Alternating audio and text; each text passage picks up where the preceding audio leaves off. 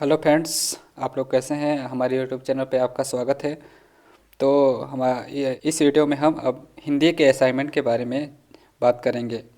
तो सबसे पहले, अगर आप लोगों ने हमारे चैनल को सब्सक्राइब नहीं किया है तो प्लीज़ सब्सक्राइब कर दीजिए, क्योंकि हमने बहुत ही मेहनत के साथ आप लोग के हेल्प के लिए ये वीडियो बनाया है। तो प्लीज़ सब्सक्राइब करें। तो फर्स्ट क्वेश्चन है, सिल्वर वेडिंग के आधार पर यशोधर पंत के स्वभाव की कोई 5 विशेषताओं पर प्रकाश डालिए। तो सिल्वर वेडिंग जो पार्ट है उसके आधार पे जो स्वभाव हैं, परंपरावादी है, पाश्चात्य संगीत के विरोधी हैं, धार्मिक है, परमार्थी है, आदर्शवादी हैं।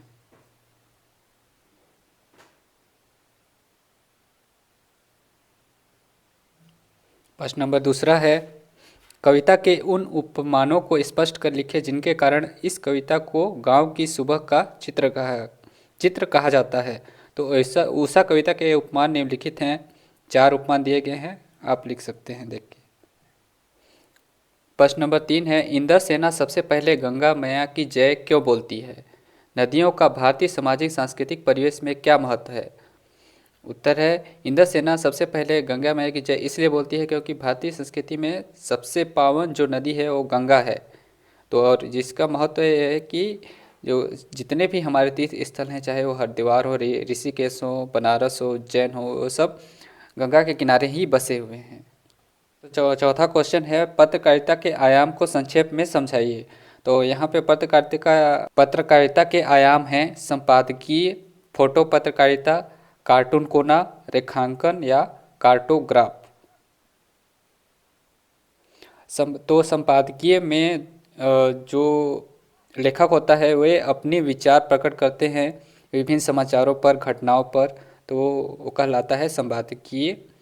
फोटो पत्रकारिता में एक तस्वीर के सहारे अपनी बात को लेखक बोलता है। और जो कार्टून कोना होता है उसे कार्टून के माध्यम से डायरेक्ट किसी भी करंट अफेयर्स के ऊपर कार्टून बनाई जाती है, जिसके साथ में अपने विचार को प्रकट करता है लेखक। और रेखांकन जो होता है, ये समाचारों को रोचक बनाते हैं तथा उन पर टिप्पणी भी कर सकते हैं, जैसे कि सेंसेक्स हो गया, खेल की दुनिया में हो गया। ये सब क्या है, रेखांकन मीन्स हमें इसे ग्राफ के माध्यम से प्रदर्शित करते हैं। पाँच में कविता दिया हुआ है जिसका हमें आंसर लिखना है। तो फर्स्ट क प्रश्न क है, कविता एक खिलना है फूलों के बहाने, इसका आशय लिखना है। तो इसका आशय है कि जो फूलों के बहाने कविता है, फूलों की सुंदरता से प्रेरित है, जो कि कवि के हृदय में सुंदर भाव और विचार प्रस्फुटित होते हैं और काव्य रचना करने लगते हैं। और प्रश्न ख है, कविता का खिलना भला फूल क्या जाने के माध्यम से कवि क्या कहना चाहता है। तो कवि कहना चाहता है कि मैं काव्य की रचना फूलों को देखकर उनसे प्रेरित होकर करता हूँ, जिसे फूल भी नहीं जान पाते हैं। प्रश्न ग है, इस पद्यांश का आशय क्या है। तो इस पद्यांश का मूल आशय है, इसमें कवि कविता की तुलना फूलों से करते हैं। और प्रश्न घ है, बिना मुरझाए बाहर भीतर कविता क्यों महकती है।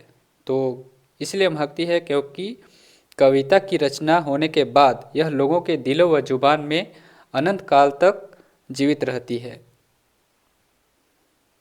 प्रश्न अंगा है, उपयुक्त पद्यांश हमारी पाठ्य पुस्तक के किस पाठ से लिया गया है। पाठ्य और किस पाठ से लिया गया है। तो यह आरोह भाग 2 के कविता के बहाने पाठ से लिया गया है, जिसके कवि कुंवर नारायण जी हैं। तो वीडियो को पूरा देखने के लिए आप लोग का बहुत बहुत धन्यवाद दोस्तों। कृपया, अगर फिर से बोल रहा हूँ, अगर आप सब्सक्राइब नहीं किए होंगे तो कृपया सब्सक्राइब कर दें। और हम इसे कोशिश करेंगे कि हमारे आने वाले नेक्स्ट वीडियोज़ में हम इससे भी और बेहतर आपको वीडियो उपलब्ध कराएं।